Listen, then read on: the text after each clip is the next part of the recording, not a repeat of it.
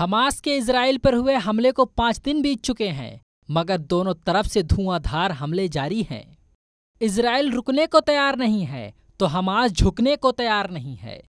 युद्ध के बीच आज सभी इस्लामिक देशों की बैठक हुई, जिसमें फिलिस्तीन, इजराइल और फिलिस्तीन युद्ध को लेकर बातचीत हुई। इस्लामिक देशों के बैठक के बीच इजराइल ने गाजा पर अपने हमले तेज कर दिए हैं। अमेरिका भी खुलकर इजराइल के समर्थन में उतर आया है। हथियारों से भरी अमेरिकी खेप लगातार इजराइल पहुंच रही है। दो देशों के बीच जारी इस महायुद्ध में एक बार फिर हमास सुर्खियों में है। हरकत अल मुकावामा अल इस्लामिया यानी इस्लामिक प्रतिरोध आंदोलन, ये हमास का पूरा नाम है। क्या है हमास और हमास की असलियत क्या है, आइए विस्तार से जानते हैं। एक आंदोलन और फिलिस्तीनी इलाके के दो प्रमुख राजनीतिक दलों में से एक है। ये फिलिस्तीन में रहने वाले सुन्नी इस्लामिक लड़ाकुओं का ऐसा ग्रुप है जो इजराइल द्वारा कब्जा किए गए अपने इलाकों को हासिल करने के लिए जंग लड़ रहा है।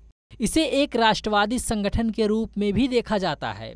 हमास का मकसद इजराइल को हराकर अपने उन इलाकों पर कब्जा करना है जो इजराइल ने उससे सालों पहले जंग के दौरान छीन लिए थे। इन जंगों में दोनों तरफ से हजारों रॉकेट दागे जा चुके हैं। इजराइल ने हमास पर बार बार हवाई हमले किए और मिस्र के साथ मिलकर अपनी सुरक्षा के लिए 2007 से गाजा पट्टी पर नाकाबंदी लगा दिया है।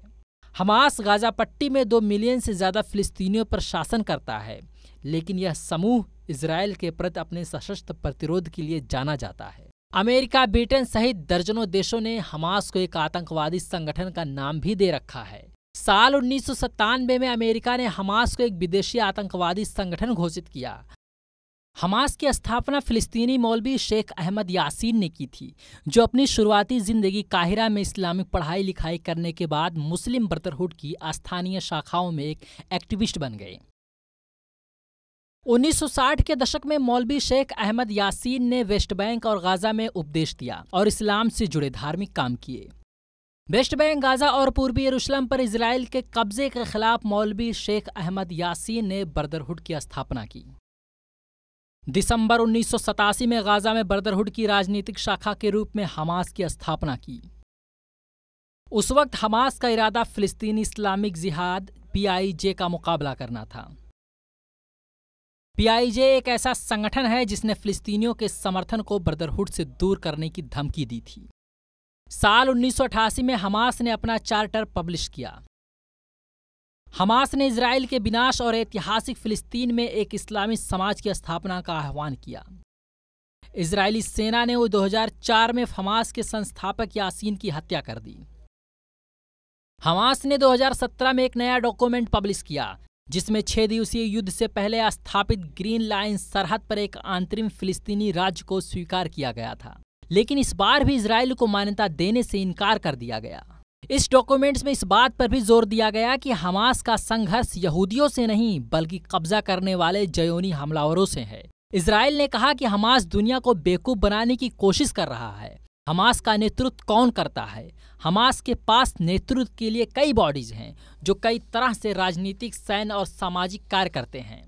हमास की जनरल पॉलिसी एक कंसल्टेटिव बॉडी के द्वारा निर्धारित की जाती है, जिसे अक्सर पोलिट ब्यूरो कहा जाता है। स्थानीय समितियां गाजा और वेस्ट बैंक में जमीनी स्तर के मुद्दों का मैनेजमेंट करती है। इसके नेता कौन हैं? ये कहाँ रहते हैं? आइए विस्तार से जानते हैं। इस्माइल हनियेह मौजूदा वक्त में हमास के राजनीतिक प्रमुख इस्माइल हनियेह हैं।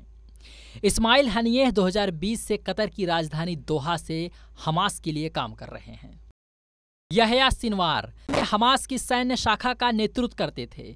यहया 2 इजरायली सैनिकों के अपहरण और हत्या की साजिश के रचने के लिए इजरायली जेल में 22 साल की सजा काट चुके हैं। ये गाजा में ही रहते हैं।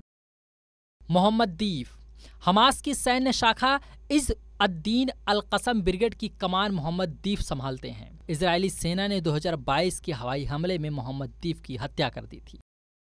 सालेह अल अरोरी कथित तौर पर सालेह अल अरोरी हमास की लेबनान शाखा के प्रमुख है। उन्होंने 2021 में हुए आंतरिक चुनावों के बाद ग्रुप के वेस्ट बैंक का नेतृत्व भी संभाला।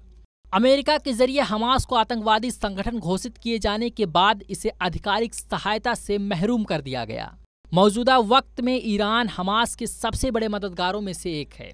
ईरान हमास को धन, हथियार और प्रशिक्षण देने में योगदान दे रहा है। हालांकि सीरिया के गृहयुद्ध में विरोधी पक्षों का समर्थन करने के बाद ईरान और हमास थोड़े वक्त के लिए अलग हो गए थे। कई रिपोर्ट्स में यह दावा किया गया कि ईरान हमास, PIJ और अमेरिका द्वारा आतंकवादी संगठनों के रूप में नामित अन्य फिलिस्तीनी समूहों को सालाना लगभग $100 मिलियन की सहायता देता है।